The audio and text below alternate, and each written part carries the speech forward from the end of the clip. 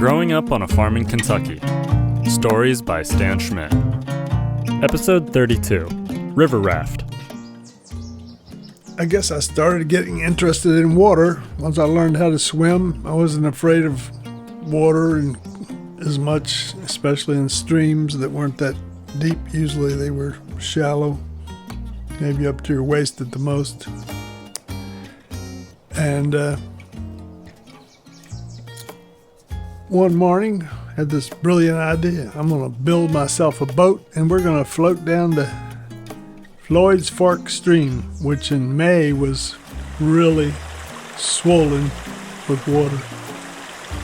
And the rocky places were buried deep in water. And I figured you could just put your boat in there and just keep on sailing.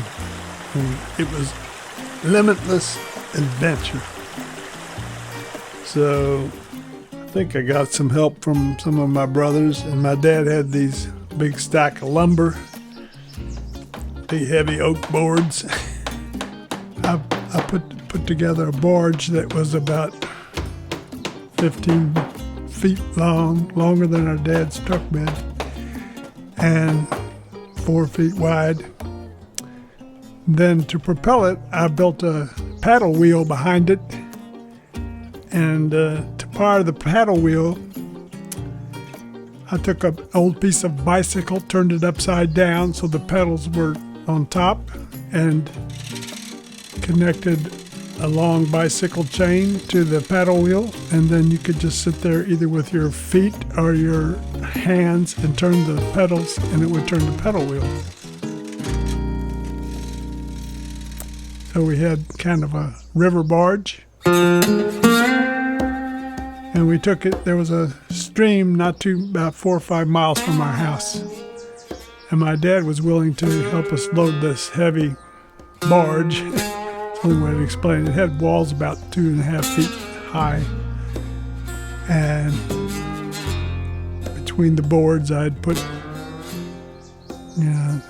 caulking and tar, and it seemed to hold water. So in the spring, in May, when the water was pretty high, we took it down to Floyd's Fork, which is kind of one of those streams that in some countries, like Texas, they would call it a river, but we called it a creek. And my dad was good friends with our grocery store owner who bought a farm out there.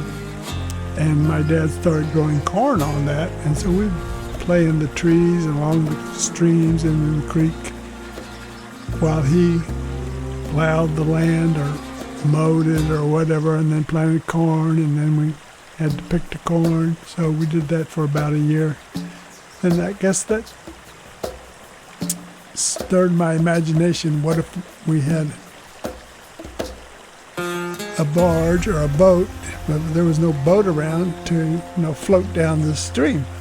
And that's where I got the idea to build this barge. And I was all excited when we first took it. Well, actually, when we were out playing in the creek before I built the barge, we found a bunch of logs that had washed up under the bridge, and we wrapped them all together with rope and nails and planks, and made a raft. And the water was pretty fast that day, and we had a long rope attached to the raft, and 2 or 3 of us jumped on the raft and started floating down the stream. And it was curvy, and I looked up above the trees. There was usually almost like going through a woods, because there were so many trees growing along the edges of the stream. There was this S-shaped curve, and I saw a big tree that fell all the way across the stream, and it was close to the water, and I knew we were going to hit it. So I yelled, and everybody jumped off the raft and grabbed the rope, and we tried to pull the raft over to the side of the stream and anchor it. But the stream was almost waist deep, and We were having a hard time. Finally, we just ran out of energy and let the rope go. And when it went around the S-curve and hit that tree, we just saw these big logs flying in the air. It was the end of our raft. But I didn't give up there.